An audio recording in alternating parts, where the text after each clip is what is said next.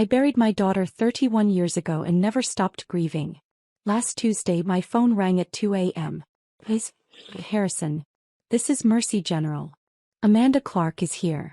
She finally remembers who she is. My blood ran cold. Because I stood at Amanda's grave in 1993. Mrs. Harrison, your daughter wants to see you. 7 words. That's all it took to destroy 31 years of carefully constructed grief. It was 2:03 a.m. I'd been asleep beside my husband Caleb in our quiet house in Eugene, Oregon. The house where we'd learned to live with a ghost. The house where every room still carried the absence of the daughter we'd buried in 1995. Before we continue, thank you for being here. If you believe survivors deserve to have their voices heard, please consider subscribing. It's free and helps these stories reach others who need hope. Now let's see what happened next. My daughter is dead, I said into the phone, my voice automatic. Flat. I'd said it so many times it had become a reflex. Ma'am, I'm Dr. Rachel Winters from Mercy General Hospital in Portland. The woman in our care is Amanda Clark. She's 49 years old. She's been experiencing recovered memories for the past 72 hours. She remembers a house with a green front door. A mother who baked Dutch apple pie. A father who did terrible movie impressions.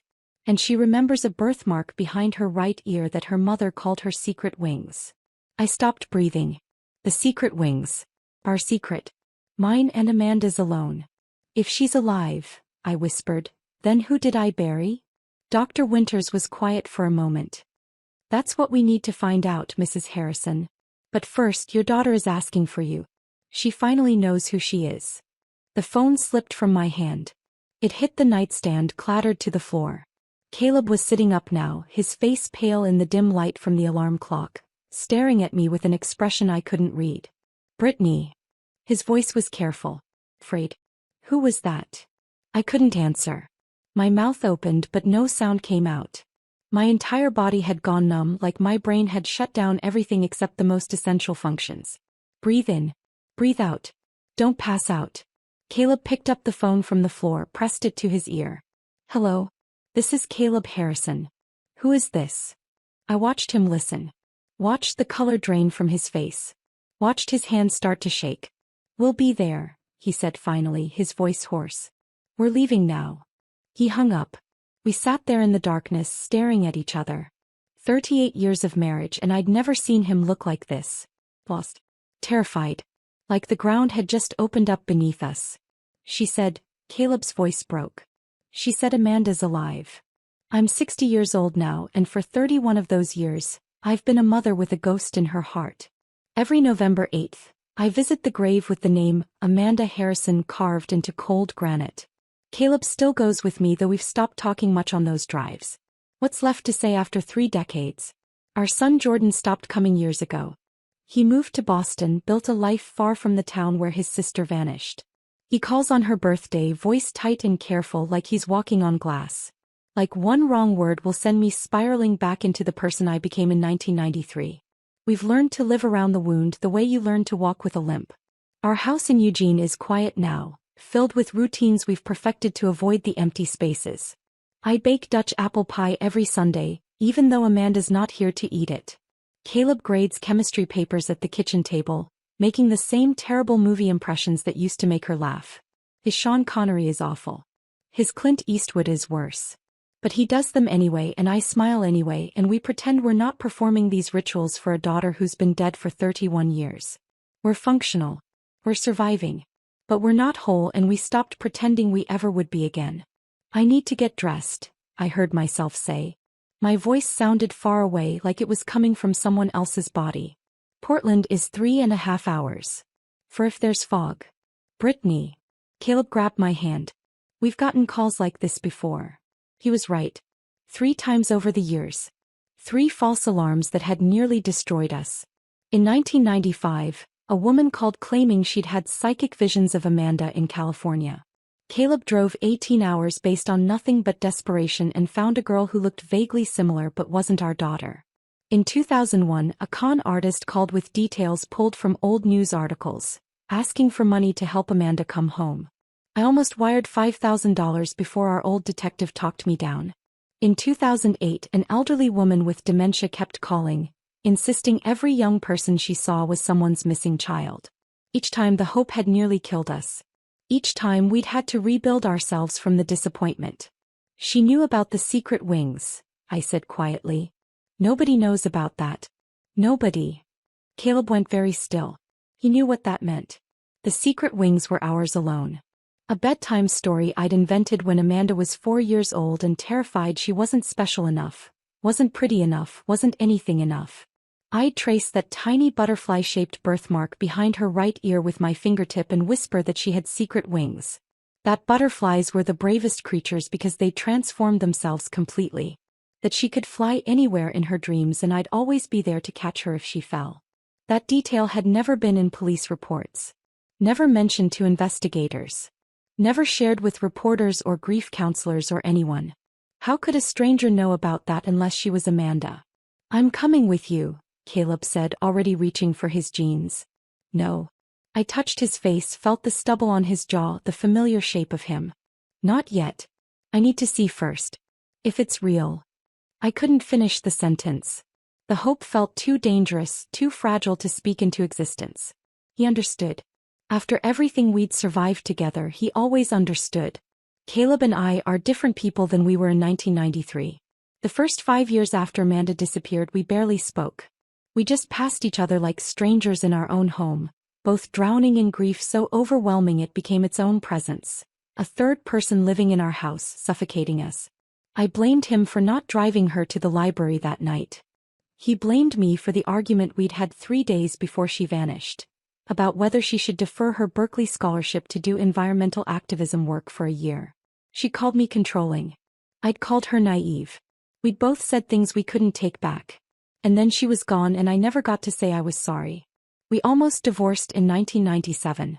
Sat in a mediator's office with papers half signed before we both looked at each other and realized we were the only 2 people in the world who understood this specific flavor of devastation. So we stayed. We rebuilt something smaller, quieter, more fragile than what we'd had before. Now we hold hands during movies and sleep on opposite sides of the bed, careful not to take up too much space. We've learned not to mention Amanda's name unless it's a specific occasion. Her birthday, the anniversary of her disappearance, Thanksgiving when the absence screams loudest. Our friends stopped inviting us to things years ago. We became the couple people pitted but didn't want around. Living reminders that terrible things happen to good people. That your children can vanish between one breath and the next. That safety is an illusion we tell ourselves so we can sleep at night. My son Jordan is a stranger I gave birth to. He was 15 when Amanda vanished and I wasn't there for him. Not really. I was too consumed with searching, with drowning, with becoming someone I didn't recognize. Caleb tried to be there for him but he was drowning too. Jordan raised himself through high school. Went to college at MIT on the opposite coast. Built a careful life that doesn't include much of us. He married a woman named Claire we met exactly twice before the wedding. They have 2 children, Emma 7 and Michael 5, that we see mostly in Christmas photos and occasional video calls. Jordan video calls once a month. Asks about our health. Talks about his job as a software engineer in careful surface-level ways. He never asks how I'm really doing because he knows I'll lie and say I'm fine. There's this wall between us built from guilt and resentment and grief none of us know how to dismantle. I know he blames me for disappearing into my grief when he needed me most. I know he thinks I loved Amanda more than I loved him. He's not entirely wrong. That knowledge sits in my chest like a stone I can't swallow and can't spit out. I got dressed in the dark, pulling on jeans and a sweater with hands that wouldn't stop shaking. Caleb sat on the edge of the bed watching me, his face unreadable. What if it's her? He asked quietly. Then we've been mourning the wrong person for 31 years, I said. Then someone else's daughter is in that grave with Amanda's name on it. The thought made me sick. Some other mother out there might have spent 3 decades searching, hoping, praying for news that would never come because we'd identified the remains as ours. Because the medical examiner had said they were 85% certain. 85%. What about the other 15? What if it's not her? Caleb asked. What if this is another? Then we survive it, I said. Like we survived the others. But I didn't believe it. Not this time. Not with the secret wings. I grabbed my purse, my keys, checked my phone. 2:17 a.m. If I left now I could be in Portland by 6. Maybe earlier if the roads were clear. Caleb walked me to the door, pulled me into his arms and held me like he was afraid I might disappear too. Call me, he whispered against my hair. The second you know. I don't care what time it is. I will. I love you, Britt. I love you too. I got into my car, started the engine, backed out of our driveway in the dark. And as I drove toward Portland on empty highways, I realized that no matter what I found at Mercy General Hospital, nothing would ever be the same again. Either my daughter was alive and everything I'd built my life on for 3 decades was a lie, or she was dead, and this was just another cruel trick the universe was playing on a mother who'd already lost everything once. I didn't know which possibility terrified me more. The highway stretched ahead of me, dark and endless. I kept the radio off. I needed silence to prepare myself for whatever waited at the end of this journey. I needed silence to remember how to breathe. Because somewhere in Portland, in a psychiatric unit at Mercy General Hospital, a woman who called herself Amanda Clark was asking for me. A woman who knew about the secret wings. And I was about to find out if miracles were real. Or if hope was just another way to break. The highway was empty at 2:30 a.m. Just me and the broken white lines stretching endlessly ahead, swallowed by darkness the moment they passed under my headlights. I kept the radio off. Music felt obscene somehow, like celebrating at a funeral. The silence was suffocating, but I needed it. Needed the space to think, to remember, to prepare myself for whatever waited at the end of this 3.5-hour drive. My hands gripped the steering wheel so tightly my knuckles ached. November 8, 1993. That date lived in my bones. The last normal day before our lives split cleanly into before and after. Amanda had been 18. Brilliant. Full of fire and conviction and that particular brand of teenage certainty that you're invincible, that the world will bend to your will if you just push hard enough. She'd been accepted to Berkeley with a full scholarship.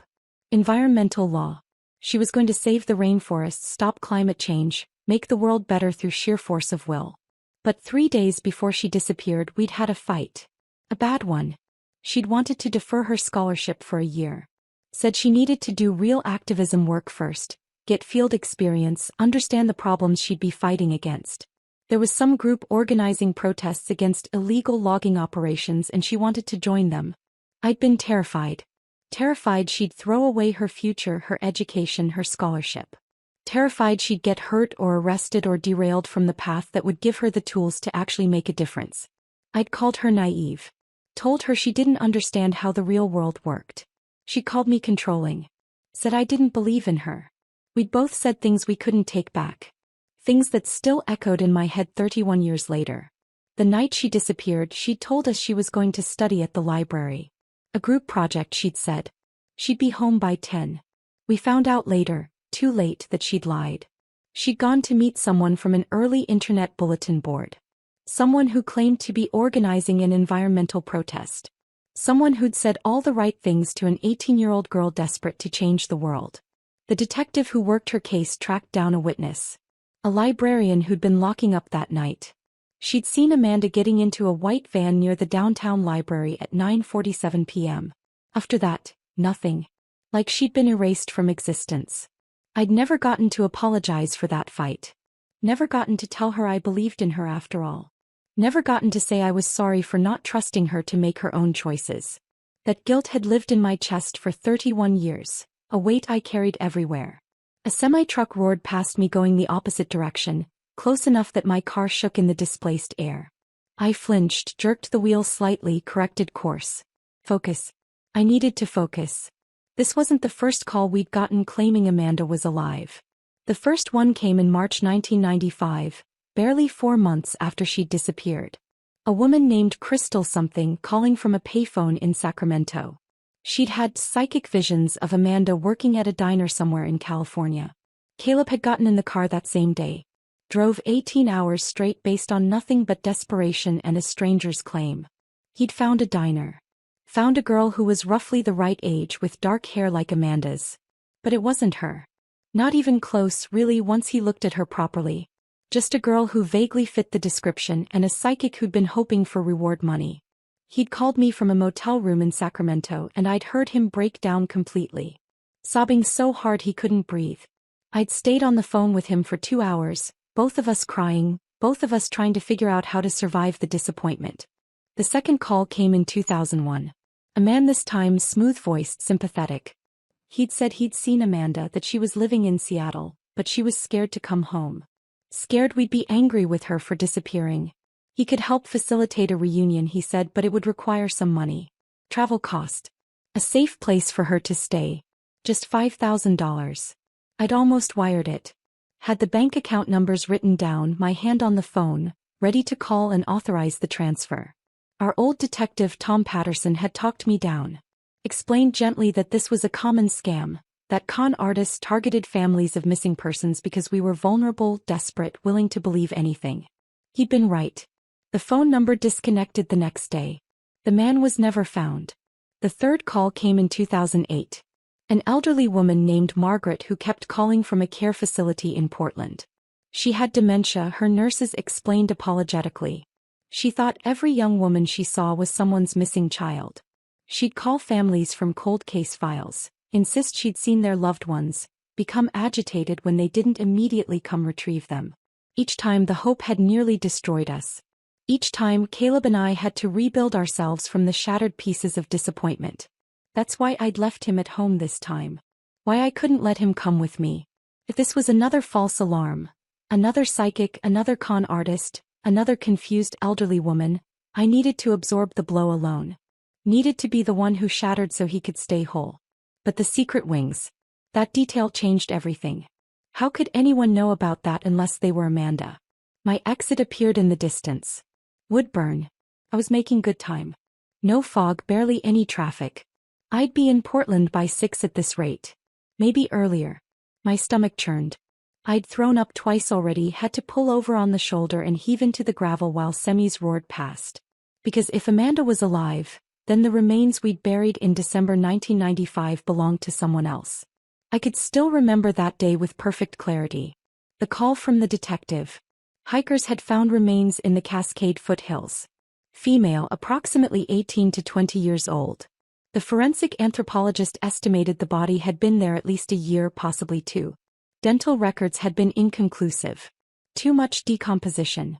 Too much damage from wildlife and weather. But there were other things. Fragments of a Berkeley sweatshirt. A silver bracelet that looked like one Amanda wore. A gift from her grandmother. Delicate chain with a small tree charm. A student ID card so weathered and damaged you could barely read it, but the partial name matched. The medical examiner had been careful. Professional. He'd said they were 85% certain the remains were Amanda's. 85%. Not 100. Not definitive. But close enough. We'd been so desperate for closure. So exhausted from 2 years of searching, of not knowing, of living in this horrible limbo where she might be dead or might be suffering somewhere and we couldn't help her. 85% had felt like enough. We'd held a funeral. I'd picked out a casket for remains that barely filled a small box. Stood at a grave with Amanda's name carved into granite and said goodbye. Promised her I'd tried everything. Promised her I'd never stop loving her. Promised her I'd live the rest of my life trying to be worthy of being her mother. Now, driving through the darkness toward Portland, I realized we might have stolen another family's closure. Some other mother out there might have spent 31 years doing exactly what I'd done. Waiting. Hoping. Praying for news that would never come because we'd buried her daughter under the wrong name. The guilt of that possibility was crushing. I pulled over again at a rest stop outside Salem. Stumbled to the bathroom and threw up until there was nothing left. Splashed cold water on my face. Stared at myself in the harsh fluorescent lighting.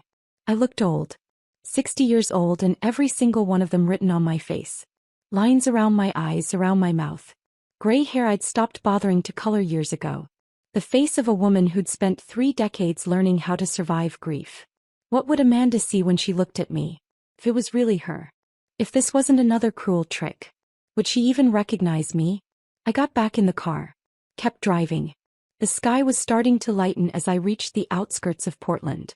That ugly gray color between night and morning, everything washed out and colorless. Mercy General Hospital loomed ahead. Massive. All concrete and glass and fluorescent lights visible even from blocks away. I found parking in a nearly empty garage. Sat in my car for 5 minutes trying to remember how to breathe. Then I forced myself to move. One foot in front of the other. Through the garage. Into the main building. The lobby was quiet. Security guard at the desk. A janitor mopping floors. A few exhausted-looking people scattered in chairs, waiting for news about their own emergencies. "Can I help you?" The woman at the information desk looked kind. Tired but kind. "I'm looking for Dr. Rachel Winters. She's expecting me. My name is Brittany Harrison."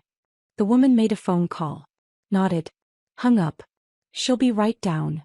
I stood there, my legs shaking, my hands clenched into fists to stop them from trembling. 5 minutes that felt like hours. Then a door opened and a woman walked toward me.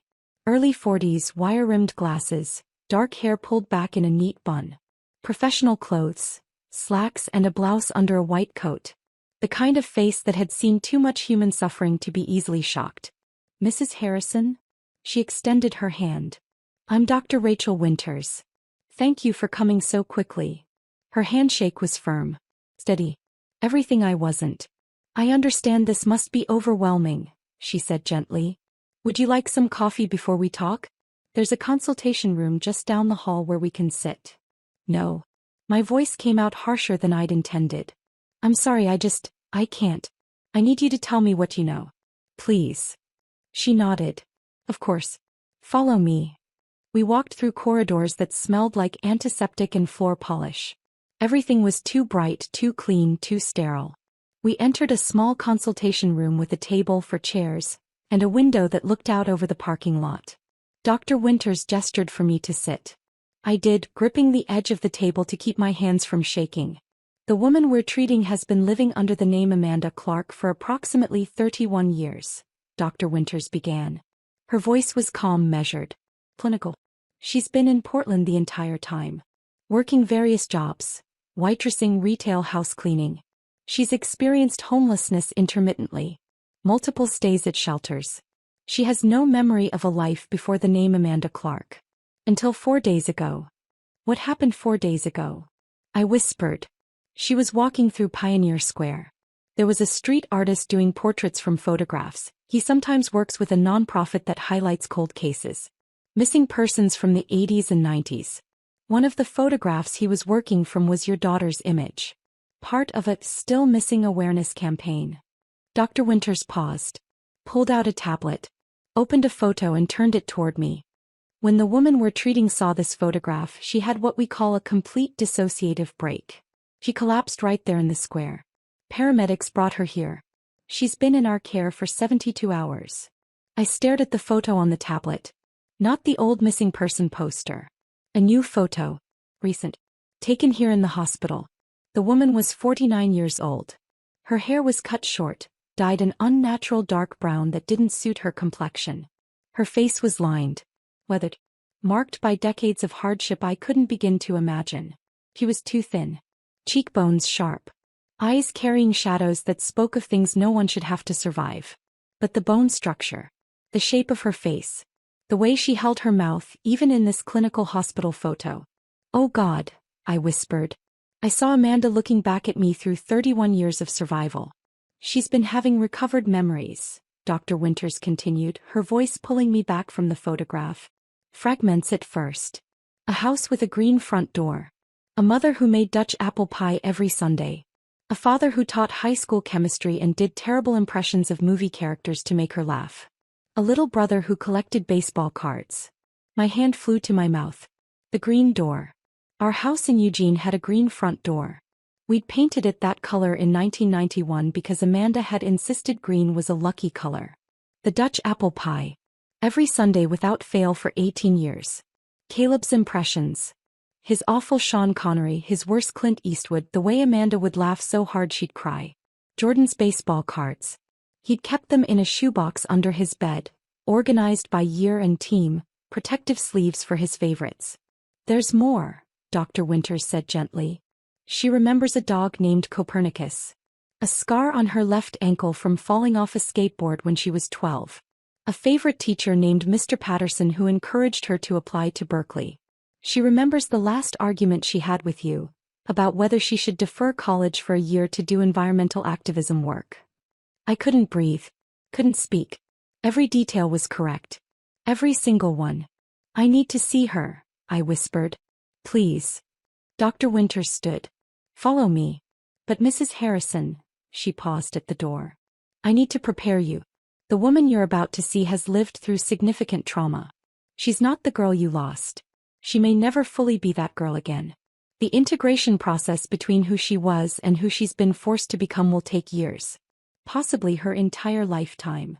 I nodded, not trusting my voice. We walked through corridors that felt endless. Past rooms with closed doors hiding other people's private battles. Past nurses' stations with charts and monitors and the quiet beeping of machines. Past waiting areas with uncomfortable chairs and outdated magazines. Dr. Winters talked as we walked, but I barely heard her. Something about dissociative identity, about trauma responses, about the brain's remarkable ability to protect itself by erasing memories too painful to carry. My heart was pounding so hard I thought I might collapse right there on the linoleum floor. We stopped outside a room marked 4C. Dr. Winters put her hand on my arm. Looked me straight in the eye. She's terrified, she said quietly. Terrified you'll reject her. Terrified you'll blame her for disappearing. Terrified you won't want her back after all these years. She's convinced she's not worthy of being your daughter anymore. I wanted to say that was insane. That nothing in this world or any other could make me not want my daughter back. But my throat had closed completely. No sound would come out. Dr. Winters studied my face for a moment, then nodded. She opened the door. The room was small. Standard hospital setup. A bed with rails, a chair by the window, bland beige walls, fluorescent lights that made everything look slightly sickly. A window overlooking the parking lot where early morning light was just starting to break through the gray. A woman sat in the chair by the window. She stood when I entered. Slowly, like her legs might not hold her. She was 49 years old, not 18. I had to keep reminding myself of that. 49. She'd lived an entire adult lifetime without me. Her hair was cut short, choppy, like she'd done it herself with kitchen scissors. Dyed an unnatural dark brown that didn't suit her complexion, growing out at the roots to show gray underneath. Her face was lined. Not just with age. I had lines too, laugh lines and crow's feet and the marks of 6 decades of living. Her lines were different. Deeper. Harsher. The kind that come from years of hardship and survival and things I couldn't begin to understand. She was too thin. Not the thin of someone who'd missed a few meals. The thin of someone who'd gone without for years. Her cheekbones were sharp, her collarbones prominent even under the oversized hospital clothes. Donated clothes, I realized. Sweatpants and a t-shirt that hung off her frame like they were made for someone else's body. She stood with her shoulders hunched, her arms wrapped around herself. Like she was trying to make herself smaller. Less noticeable. Less real. But her eyes. God, her eyes. Gray-blue with flecks of green. The exact color of the sky right before a storm. I used to stare at those eyes when I nursed her as a baby, amazed that I'd created something so beautiful. Direct and defiant even when she was terrified. Exactly like she'd been as a child. She looked at me. I looked at her. 31 years collapsed into nothing. Time folded in on itself. I was standing in a hospital room and also standing in her bedroom doorway watching her sleep when she was 5. I was standing at her grave saying goodbye. I was standing at our front door the night she didn't come home, waiting, praying, bargaining with a God I wasn't sure I believed in. Mom. Her voice was barely a whisper. Hoarse. Kitten. Broken. That single word demolished me. I'd imagined this moment 10,000 times in the first years after she disappeared. In my imagination I'd always been strong. Composed. The mother she needed me to be. I'd hold her and tell her everything would be okay. I'd be the rock she could lean on. Instead I stood frozen in the doorway, tears streaming down my face, my entire body shaking so hard I thought my bones might break. She took a hesitant step forward. Her legs wobbled slightly like she might collapse. I don't. She stopped. Swallowed hard. Tried again. I don't remember everything yet. The memories are coming back in pieces. It's like someone took my life and shattered it and I'm trying to put the pieces back together but some of them are missing and some of them don't fit and I don't know. She was talking too fast, words tumbling over each other, desperate and panicked. But I remember you, she said. I remember the secret wings. I remember you tracing the birthmark with your finger and telling me I could fly anywhere. I remember you singing Blackbird to help me fall asleep because I was afraid of the dark. I remember the way you always burned the popcorn on movie nights and Dad would tease you about it. I remember. Her voice cracked. Broke completely. I remember the last thing I said to you was that I hated you. And I didn't. I didn't hate you, Mom. I was 18 and stupid and I was so mad about the college argument and I said terrible things but I didn't mean them. I didn't hate you. The tears were streaming down her face now, her whole body shaking. I crossed the room in 3 steps. Pulled her into my arms before she could say anything else. She was stiff at first. Like she'd forgotten how to be held. Like she'd forgotten what it felt like to be safe. Then she collapsed against me and the sound that came out of her was something I'd never heard before. Not quite crying. Something deeper. More primal. The sound of someone who'd been holding themselves together for 3 decades finally allowing themselves to break. I held her while she sobbed. Felt her body shake against mine. Felt 31 years of survival and terror and things I'd never fully understand pouring out of her. He smelled wrong. Institutional soap. Medication. Decades I hadn't been there to witness. Not the strawberry shampoo she'd used in high school. Not the perfume she'd stolen from my dresser when she thought I wasn't looking. But the shape of her. The way she fit against me. The way her head still reached exactly to my shoulder even though she was too thin and I'd shrunk with age. That was right. That was muscle memory older than thought. Older than language. Mother and daughter. A bond that 31 years hadn't managed to sever. You're alive, I whispered into her hair. Baby, you're alive. That's all that matters. You're alive and you're here and I've got you. I've got you. I don't know how long we stood there. Long enough that my legs started to ache. Long enough that Dr. Winters quietly left the room, giving us privacy. Eventually Amanda's sobs quieted. Turned into hiccuping breaths. Then just shaky breathing. She pulled back slightly. Looked up at me with red, swollen eyes. I'm sorry, she whispered. I'm so sorry. I should have been more careful. I should have told you where I was really going that night. I should have. No. I cupped her face in my hands. No. You were 18 years old. You didn't do anything wrong. Do you hear me? None of this is your fault. Fresh tears spilled down her cheeks. I did terrible things to survive. Things I can't take back. Things that make me not sure I deserve. Stop. My voice was fierce. Firmer than I'd intended. There is nothing you could have done that would make me stop loving you. Nothing. You survived. That's what matters. You survived and you're here and we're going to figure everything else out together. She stared at me like she didn't quite believe it. Like she was waiting for me to change my mind. To reject her. Come sit, I said gently. Please. I'm 60 years old and my legs are about to give out. A ghost of a smile flickered across her face. So brief I almost missed it. We sat. Her in the hospital chair. Me on the edge of the bed. Close enough that our knees were almost touching. I reached for her hand. She let me take it. Our fingers laced together and I held on tight. Tight enough that our knuckles went white. Tight enough that it almost hurt. Neither of us let go. Tell me, I said softly. Tell me what you remember. Whatever you can. Take your time. Amanda took a shaky breath. Stared down at our joined hands. And slowly, haltingly, with long pauses where she had to collect herself, she began to tell me what she remembered. Not everything. The memories were still fragmented, still coming back in jagged pieces that didn't always connect properly. But enough. Enough to understand that my daughter hadn't died on November 8, 1993. She'd been taken. She'd been erased.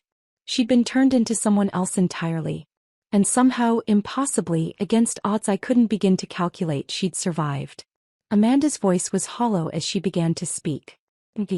Like she was reading words written by someone else. November 8, 1993, she said. I remember that date now. I'd forgotten it for so long but it's back. Every detail. I squeezed her hand. Waited. I'd been talking to someone online. On a bulletin board. We didn't have social media back then, not like now. Just these message boards where people posted about different topics. I was on one about environmental activism. She paused. Took a shaky breath. His name was Marcus. At least that's what he called himself. He said he was organizing protests against illegal logging operations in the Cascades. He talked about direct action, about making a real difference, about how young people like me were the only ones brave enough to actually do something instead of just talking about it. Her voice cracked slightly on the last words. He said there was a group meeting at a coffee shop downtown. Independent coffee house near the library. Said I should come meet everyone, see if it was something I wanted to be part of. I told you I was going to study at the library. I lied. I know, I whispered. The detective told us later. It's okay. It's not okay. Her voice was fierce suddenly. I agree. None of this is okay. I lied to you and because of that. Stop. I gripped her hand tighter. You were 18. You didn't do anything wrong. She shook her head but didn't argue. Just kept talking. When I got to the coffee shop, it wasn't just Marcus. There were 3 people. A woman, maybe mid-30s with short blonde hair. And 2 men. One was older, 40s maybe. The other was younger, closer to my age. Her hands started shaking. I held them steady. They were so nice. So friendly. They bought me coffee. They talked about all these amazing actions they'd done. Tree sitting, road blockades, protests at corporate headquarters. They made it sound exciting. Important. Like I could actually make a difference. Amanda's voice dropped to barely a whisper. They said there was an action happening that night. Not a protest, something more direct. They were vague about the details, but they made it sound urgent. Important. They said they could use another person, especially someone young who looked innocent. I'd be perfect for it, they said. She pulled her hand away from mine. Wrapped her arms around herself. They offered me a ride. Said the location was about an hour outside the city. I should have said no. I should have asked more questions. I should have called you and told you where I was going. But I was 18 and stupid and so sure I was invincible. Her voice broke completely. I got in their van. The silence that followed was crushing. The next thing I remember clearly is waking up in a basement. Concrete floor. No windows. A mattress on the ground. And 2 other girls. Both around my age. Both terrified. I felt bile rise in my throat. Forced it down. I don't remember everything after that. It's like my brain just shut down. Fragmented. Dr. Winters says it's a trauma response. Dissociation. My mind protecting itself from things too horrible to process. Amanda's eyes were unfocused, staring at something I couldn't see. We were moved. I don't know how many times. Different houses. Different rooms. Sometimes there were other girls. Sometimes it was just me. Time stopped meaning anything. Days blurred into weeks. Weeks into months. Maybe years. I couldn't tell anymore. Her voice was mechanical now. Clinical. Like she was describing something that had happened to someone else. They gave me new identification. Social security card. Birth certificate. Driver's license. All with the name Amanda Clark.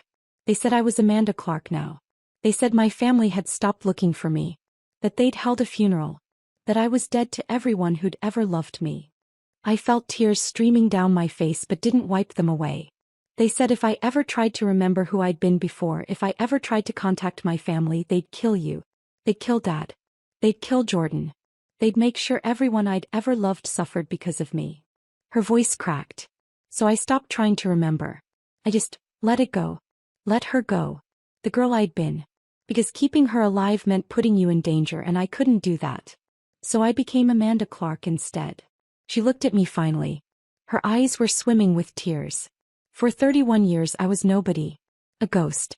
I worked whatever jobs I could get. Waitressing. Cleaning houses. I was homeless for a while. Stayed in shelters. Slept on couches belonging to people I barely knew. I survived, but I wasn't living. I was just existing. Oh baby, I whispered. I'm so sorry. I'm so sorry we couldn't find you. It's not your fault. Her voice was fierce. None of this is your fault. You didn't do this to me. They did. She took another shaky breath. About 5 years ago things started changing. I'd have these dreams. About a house with a green front door. About baking pie with a woman whose face I couldn't quite see. About a man doing terrible movie impressions that made me laugh. About a little boy with baseball cards. She wiped tears from her face with the back of her hand. I thought I was going crazy. Amanda Clark didn't have those memories. Amanda Clark didn't have a family. Amanda Clark appeared fully formed at 18 years old with no past. But the dreams kept coming. And slowly they started feeling less like dreams and more like memories. Amanda stood up suddenly. Walked to the window. stared out at the parking lot below. 4 days ago I was walking through Pioneer Square. There was a street artist there. He does portraits from photographs sometimes. Works with some non-profit that highlights cold cases. She turned to face me. One of the photographs was me. My 18-year-old face. Part of some still missing awareness campaign. When I saw it, her whole body started shaking. It was like someone flipped a switch in my brain. Everything came flooding back at once. My real name. Your face. Dad's voice. Jordan as a kid. Copernicus sleeping at the foot of my bed. The fight we had about deferring college. The way you always burned the popcorn. The secret wings. She wrapped her arms around herself, like she was trying to hold herself together. I collapsed right there. Screaming. I couldn't breathe. Couldn't think. 31 years of memories hitting me all at once. People called an ambulance. They brought me here. Dr. Winters has been helping me piece it together, but it's like trying to reassemble a person who's been shattered into a million pieces. I stood up, crossed to where she stood, put my arms around her from behind and held her while she cried. You remember Copernicus? I asked softly after a while. She nodded against me. He was the best dog. He'd always steal food off the counter when he thought no one was looking. A shocked laugh escaped me. I'd forgotten that. He stole an entire chicken once, Amanda said, and there was the ghost of a smile in her voice. Right off the table at Thanksgiving. Dad chased him around the yard for 20 minutes. We had to order pizza, I remembered. Jordan thought it was the best Thanksgiving ever. Amanda turned in my arms. Looked up at me with red, swollen eyes. Jordan, she whispered. My little brother. Is he? He's alive. He's in Boston. He's married. Has 2 kids. I touched her face gently. You're an aunt. Fresh tears spilled down her cheeks. I missed his whole life.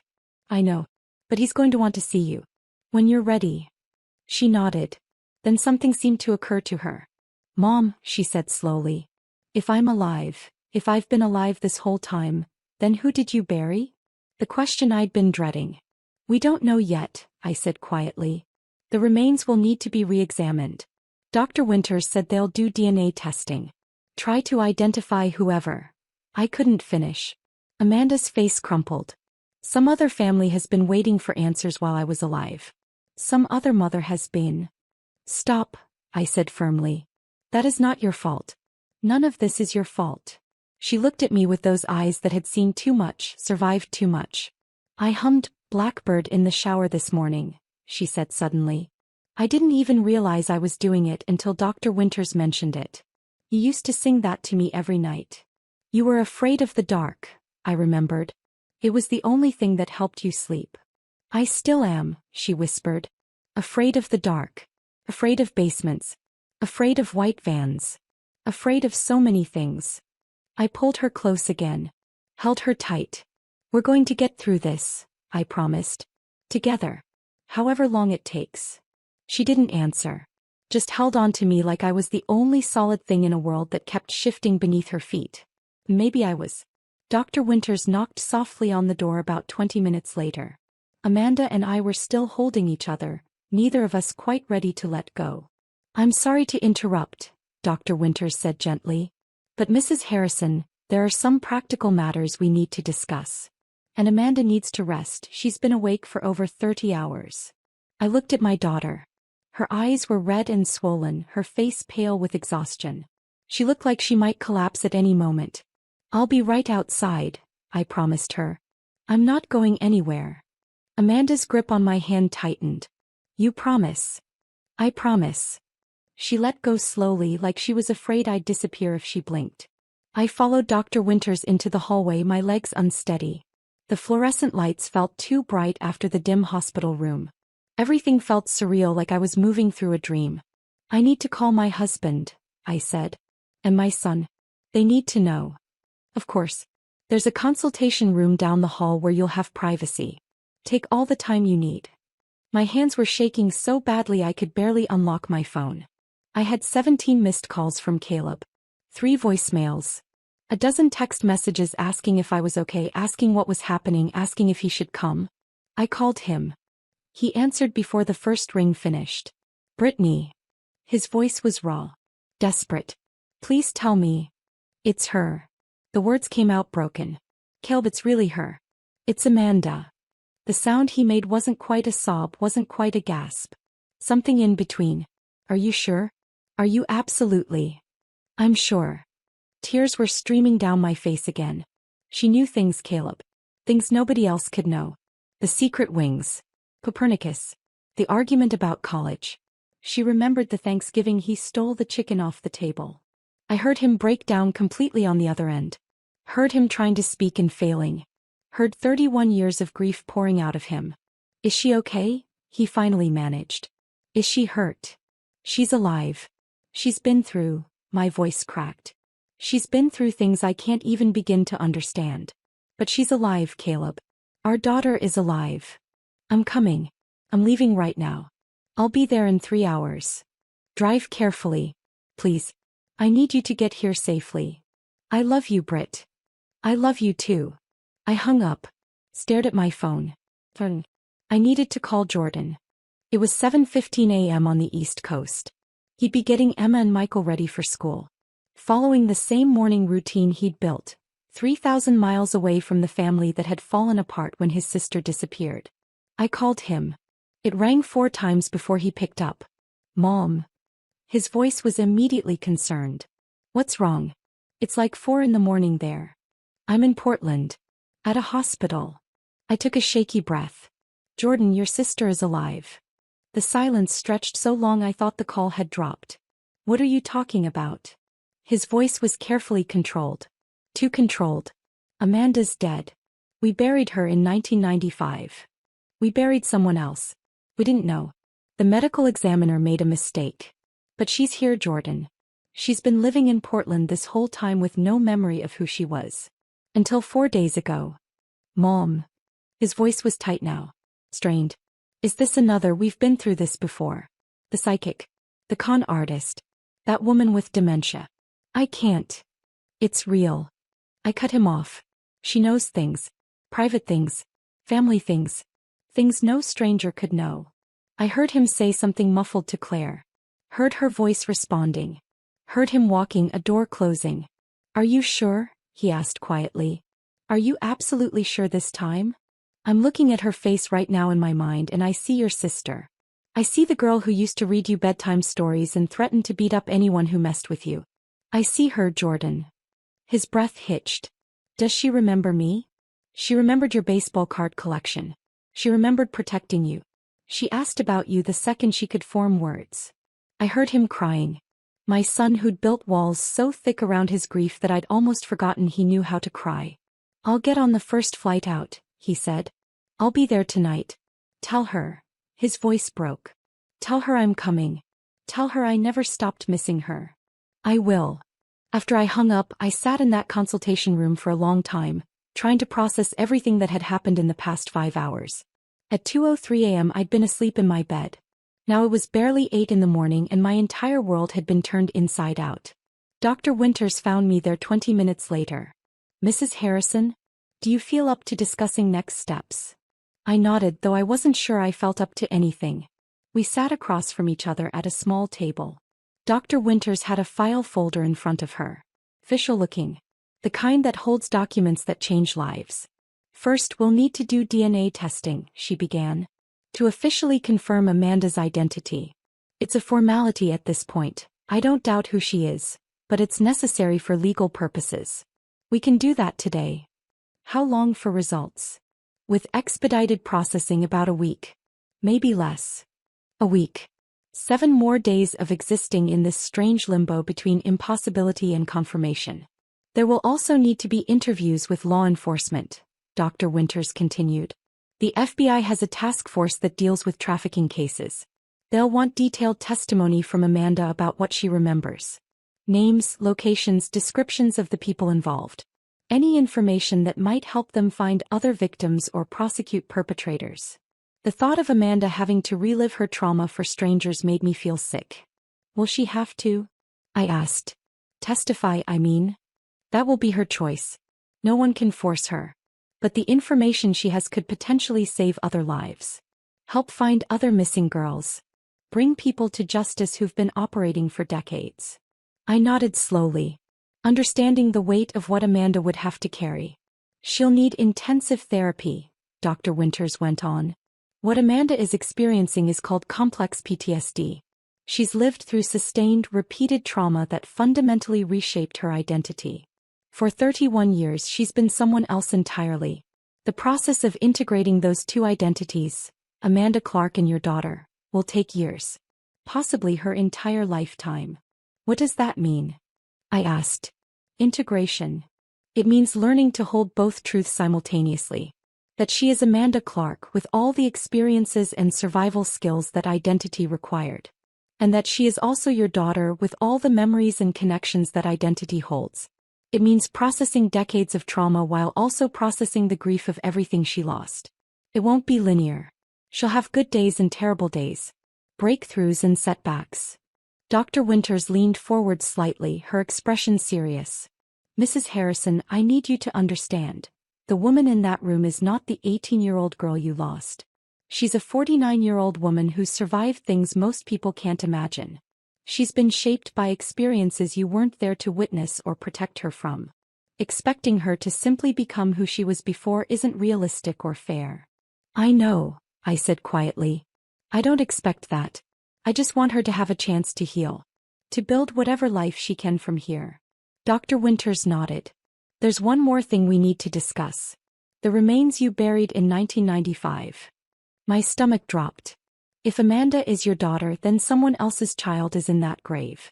The remains will need to be exhumed and re-examined. We'll do DNA testing, try to identify who they actually belong to. For 31 years I'd visited that grave. Brought flowers on Amanda's birthday. Sat on the grass and talked to her about Jordan's life, about Caleb's retirement, about the grandbabies she'd never meet. Now I had to face the reality that it had never been Amanda lying there. It had been someone else's daughter. Someone else's sister. Someone else's friend. There's another family out there, I said slowly. Another mother who's been waiting. Possibly. The remains might match someone in the missing persons database. Or they might not. We may never know who she was. The guilt was crushing. Some family had spent 3 decades in the same hell we'd lived through, except they'd never gotten closure. Never gotten answers. Because we'd taken their daughter and buried her under the wrong name. I want to know, I said firmly. As soon as you identify the remains, I want to know. If there's a family still searching, I need to tell them. They deserve that. Dr. Winters studied my face for a moment. That's very compassionate of you. Most people in your position would just want to move forward, not look back. How can I move forward knowing another mother is still waiting? I asked. Knowing she might be visiting an empty grave the way I thought I was doing for 31 years? Dr. Winters nodded slowly. I'll make sure you're notified as soon as we have information. I stood up. My legs were unsteady, my whole body exhausted. Can I go back to her now? Of course. But Mrs. Harrison, Amanda needs to rest. She's been awake for over 30 hours and her body and mind are both exhausted. She'll sleep most of the day, which is exactly what she needs. I walked back to room 4C. Pushed the door open quietly. Amanda was lying in the hospital bed now, her eyes already closing. A nurse was adjusting her checking her vital signs. I sat down in the chair by the window. The same chair she'd been sitting in when I first walked in. Mom. Amanda's voice was drowsy. You're still here. I'm still here. I'm not going anywhere. Promise. I promise, baby. I'll be right here when you wake up. Her eyes closed. Within minutes, her breathing evened out into sleep. I sat there watching her. My daughter. Alive. Here. And I wondered how we were going to survive rebuilding a life that had been destroyed 31 years ago. But I knew one thing with absolute certainty. We would survive it. We'd already survived the worst. Everything else was just details. Caleb arrived at the hospital just before noon. I was sitting in the chair by Amanda's bed watching her sleep when I heard his footsteps in the hallway. Fast. Urgent. Like he'd been running. I stepped out to meet him before he could burst into the room and wake her. He looked terrible. His hair was uncombed, his shirt wrinkled, his eyes red-rimmed and wild. He'd aged a decade in the 6 hours since my phone call. Britt. He grabbed my arms. Is it real? Please tell me it's real. It's real. I pulled him into a hug, felt him shaking against me. She's in there. She's asleep, but she's real. She's alive. The sound that came out of him was something between a sob and a gasp. He held on to me like I was the only thing keeping him upright. I need to see her, he whispered. I know. But Caleb, listen to me first. I pulled back, looked him in the eye. She's not 18 anymore. She's 49. She's lived through things we can't imagine. She looks different. Sounds different. She's not the girl we lost. He nodded, but I wasn't sure he'd really heard me. I opened the door to room 4C quietly. Amanda was still sleeping, curled on her side, one hand tucked under her cheek like she used to do as a child. Caleb stood in the doorway, frozen. I watched him take her in. The short, badly dyed hair. The lines on her face. The way she looked too thin even under the hospital blankets. The way 31 years had marked her in ways they hadn't marked us. Amanda. His voice cracked on her name. She stirred. Opened her eyes. Saw him standing there. For a moment neither of them moved. Then recognition flickered across her face. Dad. That single word broke him. Caleb crossed the room in 3 strides and pulled her into his arms. Amanda made a sound, half sob, half gasp, and clung to him like she was drowning and he was the only thing keeping her afloat. I'm sorry, she kept saying. I'm so sorry. I'm so sorry. Stop, Caleb said fiercely. You have nothing to be sorry for. Nothing. I stood in the doorway watching my husband hold our daughter for the first time in 31 years, and for the first time since that 2 a.m. phone call, I let myself believe this might actually be real. That first day set the pattern for the next 12. Every morning, Caleb and I would make the drive from Eugene to Portland. 3.5 hours there, 3.5 hours back. We'd spend the middle of the day with Amanda, then drive home exhausted, only to wake up and do it again the next morning. Some days were good. On day 2, Amanda remembered our old cat, Winston. Remembered how he'd knock things off counters just to watch them fall. She laughed when she remembered it. A real laugh, not the hollow broken sound she'd been making. The sound made me cry. On day 4, she remembered family trips to Cannon Beach. Building sandcastles with Jordan. The time a wave knocked her over and she came up sputtering and laughing. Caleb teaching her to skip stones. Me warning her not to go too far into the water. You were always so worried, Amanda said. About everything. You'd pack 3 extra jackets just in case. I was trying to keep you safe, I said. Her smile faded. You couldn't keep me safe from everything. On day 5 she remembered Christmas mornings. How Jordan would wake everyone up at 5 a.m. too excited to wait. How we'd make hot chocolate and open presents in our pajamas. How Caleb would always pretend he hadn't gotten me anything, then pull out something he'd been hiding for weeks. Each memory was a small victory. Another piece of herself she was reclaiming from the decades of erasure. But other days were terrible. On day 6, Amanda had a panic attack so severe they had to sedate her. She'd been fine one moment talking about her favorite teacher in high school, and then suddenly she was hyperventilating, screaming that she couldn't breathe, that the room was closing in on her. We tried to help, but the nurses had ushered us out while they dealt with it. Caleb and I sat in the hallway listening to our daughter scream, and there was nothing we could do. On day 8 she had a dissociative episode. We'd been talking about Thanksgiving traditions when suddenly Amanda's eyes went blank. Completely empty. Like no one was home. Amanda. I'd said. Baby, can you hear me? Nothing. She stared straight through me like I wasn't there. Dr. Winters had explained later that it was a trauma response. When the memories became too overwhelming, Amanda's brain would essentially shut down. Disconnect from reality. It was a survival mechanism, but it was terrifying to witness. On day 9, Amanda refused to see us at all. When we arrived, the nurse said she'd had a bad night and didn't want visitors. We'd sat in the waiting room for 4 hours, hoping she'd change her mind. She never did. I'd cried the entire drive home. But we kept coming back. Every single day. Slowly, gradually, Amanda became more present. More herself. Whoever that self was now.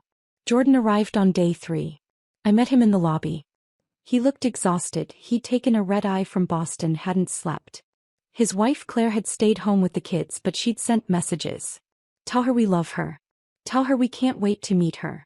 Is she? Jordan started, then stopped. What should I expect? I don't know, I said honestly. She's different every day. Sometimes she's okay. Sometimes she's not. Just be patient with her. And with yourself. We walked to room 4C together. I knocked softly before entering. Amanda was sitting up in bed, picking at her breakfast tray without actually eating anything. She looked up when we entered and I saw her freeze when she saw Jordan. "Hey," Jordan said. His voice was carefully neutral. Controlled. "Hi." Amanda's voice was small. "Jordan." They stared at each other across the room. Jordan was 34 now. A grown man with a wife and kids and a successful career. The last time Amanda had seen him he'd been 15. A kid in braces who collected baseball cards and hero-worshipped his big sister. "You got tall," Amanda said finally. A surprised laugh escaped Jordan. "Yeah. You missed that." "I missed a lot of things." The silence stretched. Uncomfortable. Heavy with everything that couldn't be said. "I was 15 when you disappeared," Jordan said finally. 15. I needed my sister and you were gone. And then I needed my parents and they were gone too. Lost and searching for you. I raced myself, Amanda. I got myself through high school. Applied to colleges on my own. Learned to be an adult with no help from anyone. His voice was tight. Controlled. But I could hear the anger underneath. Amanda's eyes filled with tears. "I'm sorry." "I know it's not your fault," Jordan continued. "I know you didn't choose this. But I'm angry anyway. I'm so angry. And I don't know what to do with it." "You can be angry," Amanda whispered. "You have every right to be angry." "I don't want to be angry." Jordan's voice cracked. "I want my sister back. But I don't know if that's possible. Because the sister I remember was 18 years old. And you're 49, Amanda finished. "I'm 49 and I've lived an entire life you know nothing about and you've lived an entire life I wasn't there for. And I don't know how to fix that." "Maybe we can't fix it," Jordan said. "Maybe we just have to start over." They didn't hug that day. Didn't touch at all. But Jordan pulled a chair close to the bed and sat down. And they talked for 3 hours. About Jordan's life, his wife, his kids. About his job as a software engineer. About the life he'd built 3,000 miles away from the family that had fallen apart. Amanda listened to all of it, tears streaming down her face, mourning everything she'd missed. When Jordan left, he squeezed her hand. Brief, tentative, but real. "I'll come back tomorrow," he said. "Okay," Amanda whispered. It wasn't forgiveness. It wasn't reconciliation. But it was a start. On day 12, Dr. Winters called us into her office. Amanda sat between Caleb and me, our hands clasped together so tightly our fingers had gone numb. Jordan sat on Amanda's other side, his jaw tight with tension. Dr. Winters looked at us across her desk. Her expression was unreadable. For one terrible moment I thought she was going to tell us it wasn't a match. That Amanda was delusional. That we'd let ourselves hope for nothing. Then she smiled. "It's definitive," she said. "The DNA test confirms that Amanda is your biological daughter." The relief was so overwhelming I thought I might pass out. The room tilted. I gripped the arms of my chair to keep from falling. Caleb made a sound like he'd been punched in the stomach. Amanda started sobbing. Jordan put his head in his hands. We held each other in that small office, crying, laughing, unable to form coherent words. For the first time in 31 years I let myself believe in miracles. Then Dr. Winters cleared her throat gently. "There's something else," she said. "The remains from 1995 have been identified through DNA. Her name was Sarah Whitmore. She went missing from Seattle in 1994. She was 19 years old. Her family has been notified." The joy drained out of me like water through a sieve. Sarah Whitmore. Someone else's daughter. Someone else's sister. For 31 years I'd visited that grave. Mourned at that headstone. Talked to someone who was never Amanda. And somewhere Sarah Whitmore's mother had been waiting. Hoping. Never knowing her daughter was dead because we'd buried her under the wrong name. "I need their contact information," I said. My voice sounded distant. Hollow. Dr. Winters hesitated. "Mrs. Harrison, perhaps you should take some time." "No," I said firmly. "I need to speak with them. They deserve to know what happened. They deserve an apology." "Brittany, you don't have to," Caleb started. "Yes, I do." I looked at him. "How would you feel if our situations were reversed? If Sarah's family had buried Amanda by mistake and we'd spent 31 years waiting for answers that never came. He didn't have a response to that. Dr. Winters wrote down a phone number on a piece of paper. Slid it across the desk to me. Her mother's name is Margaret Whitmore, she said quietly. Please be gentle with yourself, Mrs. Harrison. This situation isn't your fault. But as I stared at that phone number, all I could think was, another mother had lost 31 years because of a mistake. And I needed to look her in the eye and tell her I was sorry. I called Margaret Whitmore 3 days after getting her number. I'd been carrying that piece of paper in my pocket, the numbers written in Dr. Winters' careful handwriting, unable to bring myself to dial. Finally, on a Thursday afternoon, I sat in my car in the hospital parking lot and made the call. She answered on the second ring. Hello. Her voice was tired, worn down by decades of waiting. Mrs. Whitmore? My name is Brittany Harrison. Dr. Winters gave me your number. My voice broke. I'm the woman who buried your daughter by mistake. The silence on the other end was so long I thought she'd hung up. I know who you are, she said finally. Her voice was steady. Too steady. The FBI told me what happened. I'm so sorry, I said. I know that's not enough. I know nothing I say will ever be enough. But I need you to know we thought it was our daughter. We weren't trying to. I don't blame you. Her words surprised me. You did what any parent would do with the information you had. The medical examiner made the determination. You were just trying to find closure. I was crying now, tears streaming down my face. You spent 31 years not knowing. 31 years waiting. Because we took your daughter and buried her under the wrong name. And now I know, Margaret said quietly. Now I can bring Sarah home. Give her a proper burial with her real name. At least now I don't have to wonder anymore if she ran away because she was mad at me. If she's out there somewhere choosing not to come home. Her voice cracked on the last words. For 31 years I thought she left because of me, Margaret continued. Because we'd fought about her boyfriend. As I'd said terrible things.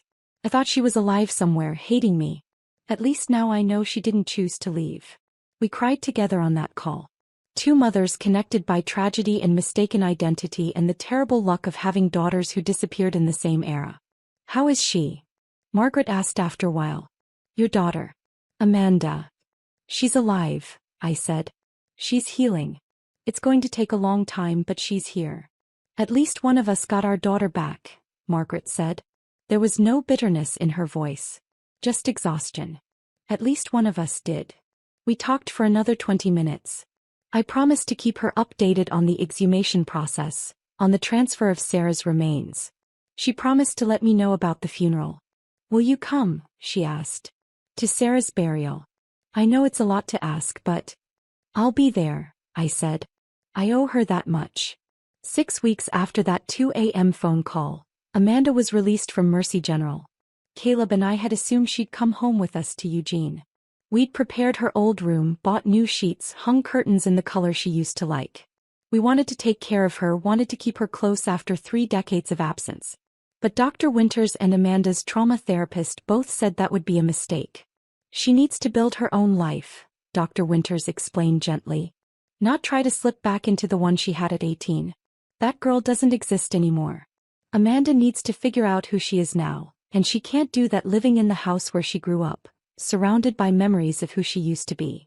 So we helped her find an apartment instead. It was small, a 1-bedroom on the 2nd floor of an older building in Northeast Portland. The rent was reasonable, the neighborhood was safe, and it was close to her therapy team and the trauma center where she'd be continuing treatment. The apartment was empty when we first saw it.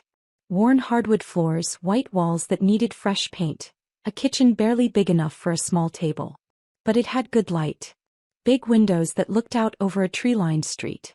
I like it, Amanda said quietly. It feels safe. We spent the next week furnishing it. Caleb and I bought her everything. Dishes, towels, a comfortable bed, a couch that actually looked decent. I hung curtains while Caleb assembled furniture, making the same terrible jokes he'd been making for 40 years. Why did the furniture maker go to therapy? He asked while struggling with an IKEA bookshelf. Amanda looked up from unpacking kitchen supplies. Why? Because he had too many shelf issues. A small smile flickered across her face. Brief, uncertain but real.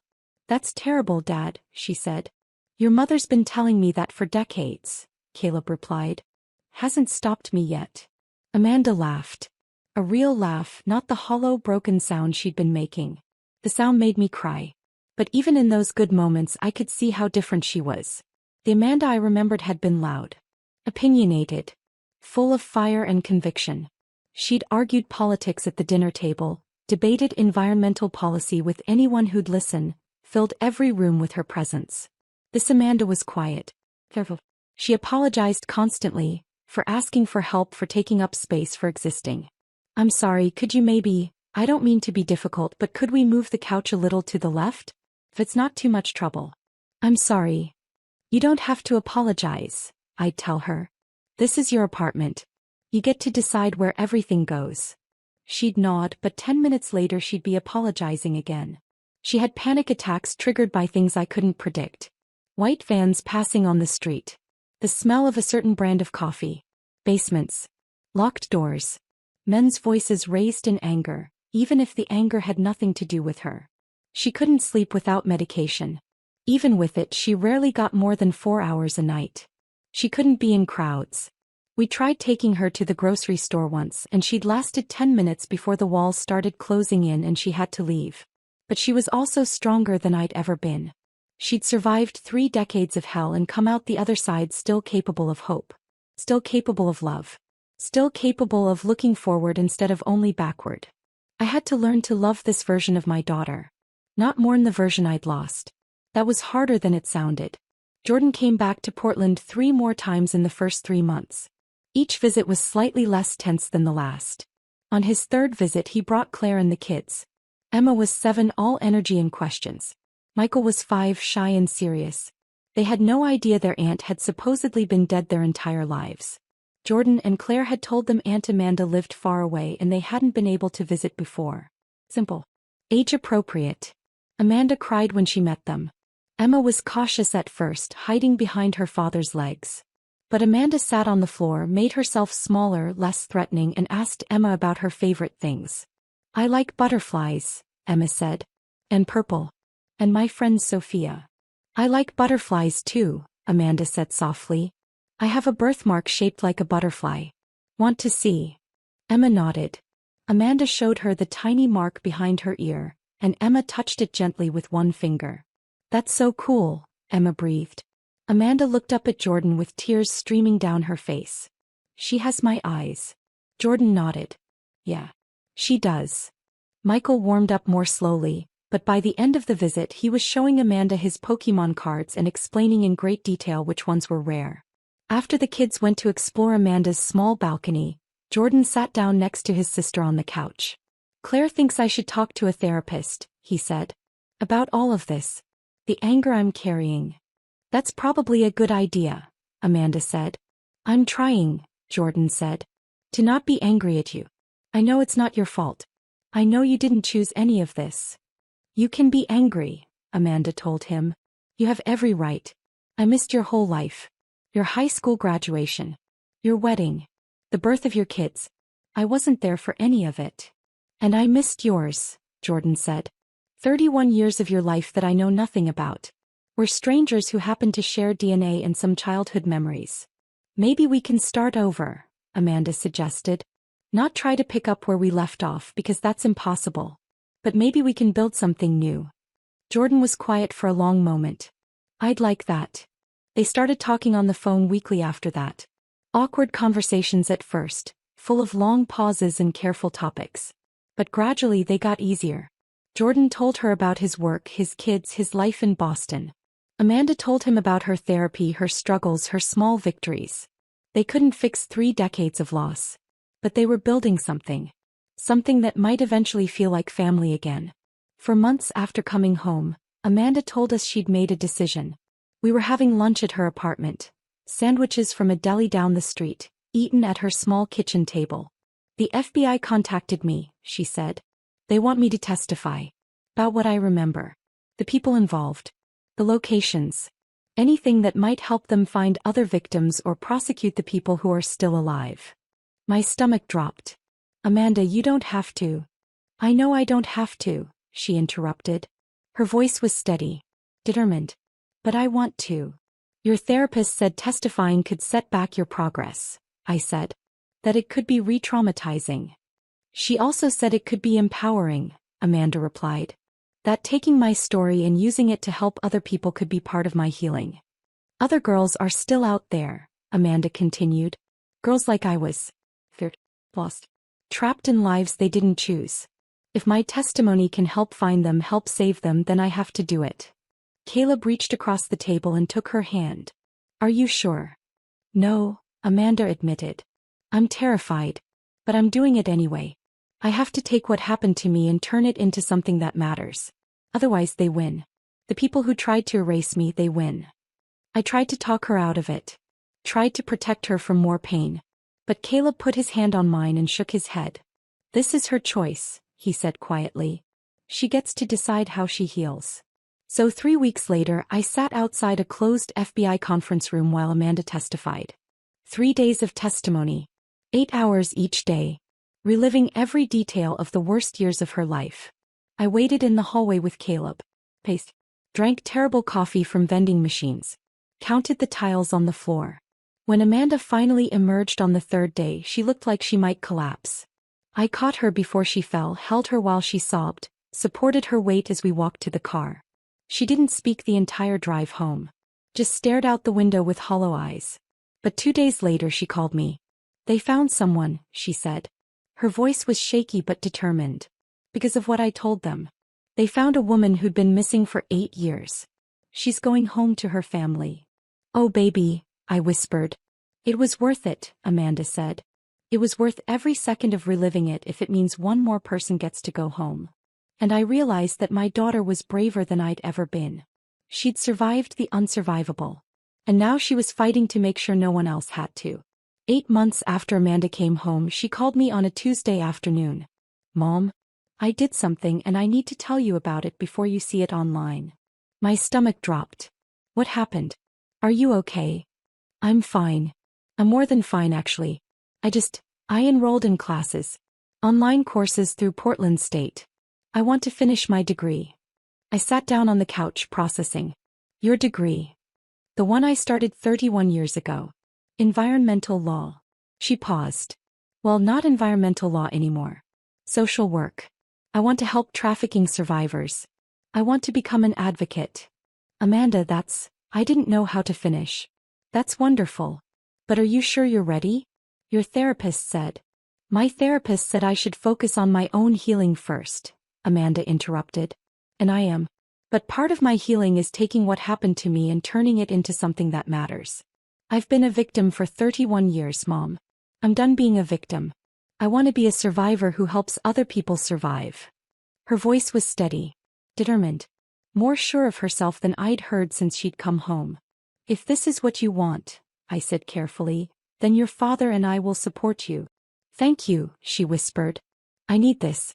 I need to feel like those 31 years weren't just wasted. Like they can mean something. She threw herself into her studies with an intensity that scared me sometimes. Late nights reading textbooks about trauma-informed care. Writing papers about systemic failures in victim services. Video calls with professors and classmates, her voice stronger each time. Caleb worried she was pushing herself too hard. I did too. But she was also thriving in a way I hadn't seen since she'd come home.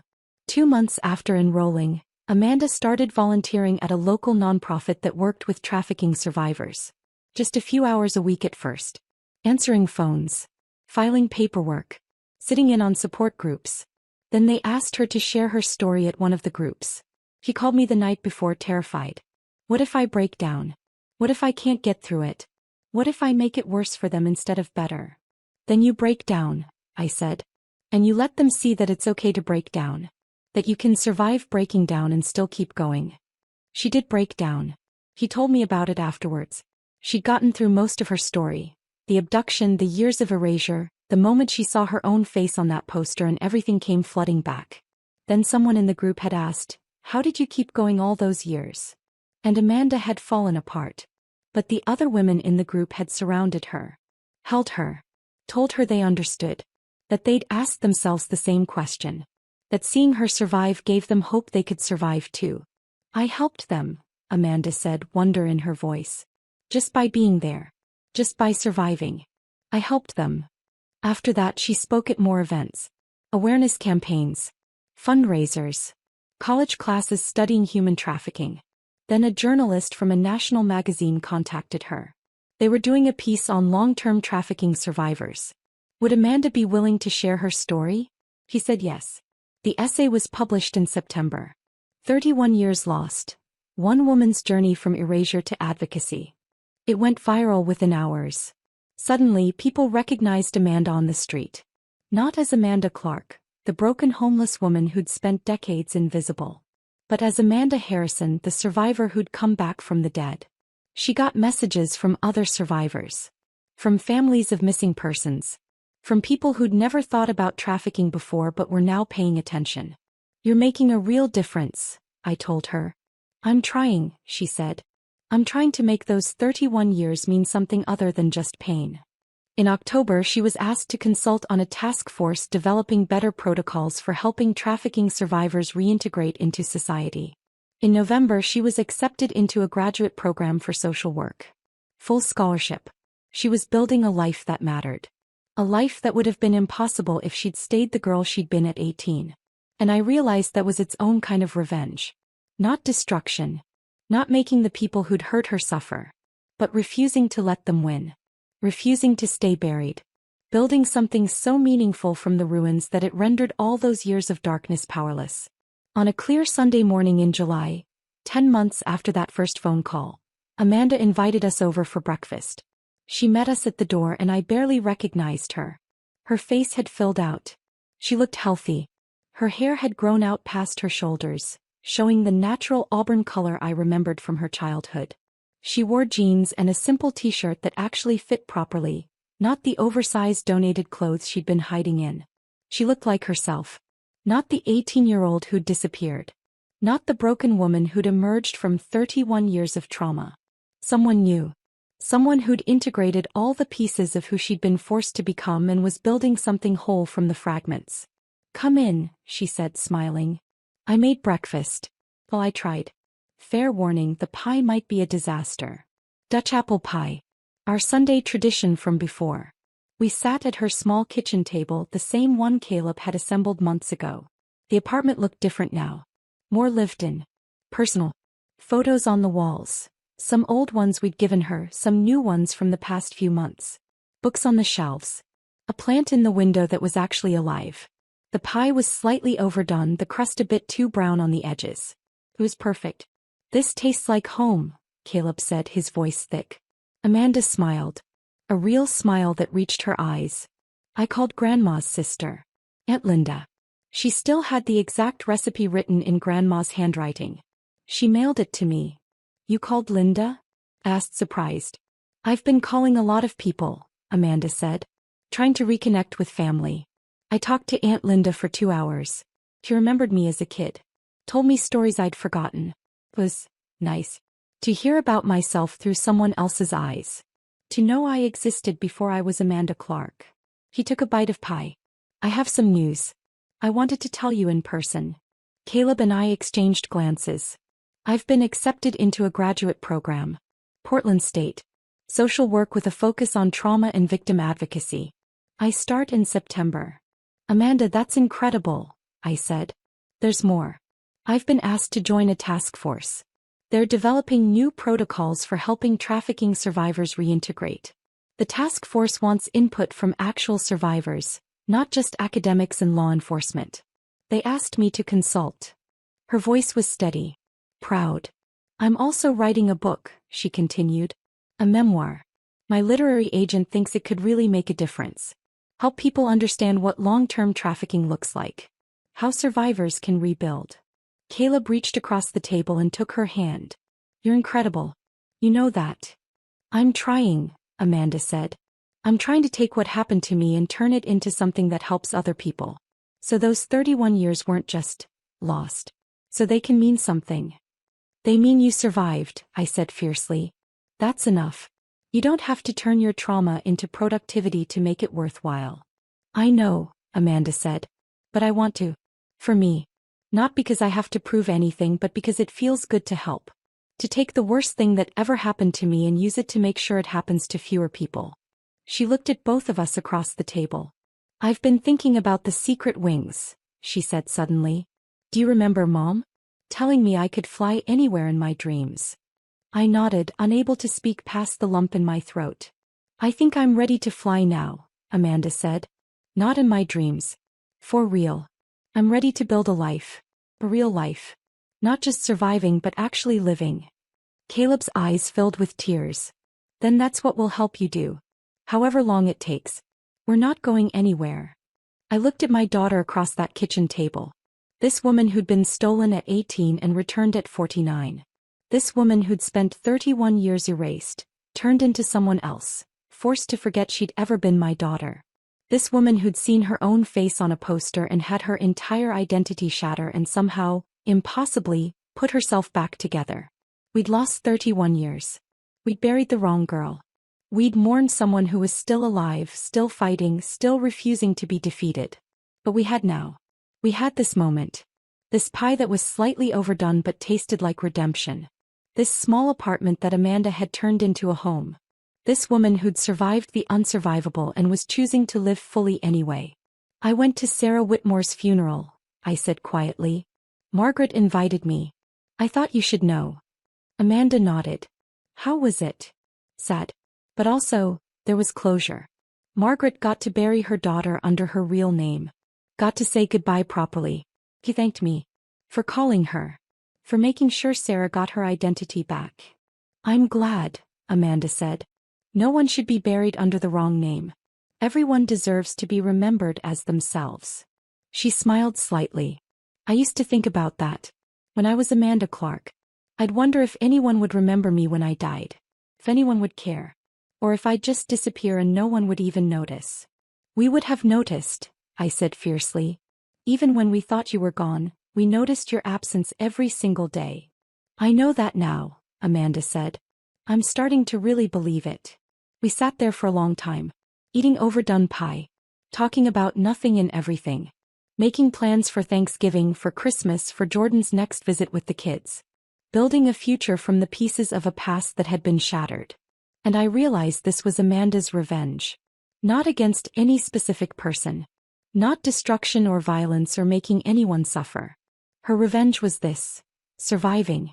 Coming home. Refusing to stay buried. Building a life so full of meaning and purpose that it rendered 31 years of darkness powerless.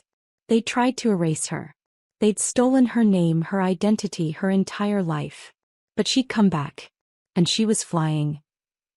If this story of survival and resurrection had you on the edge of your seat, hit that like button right now. My favorite part was when Amanda saw her own face on that missing persons poster and everything came flooding back.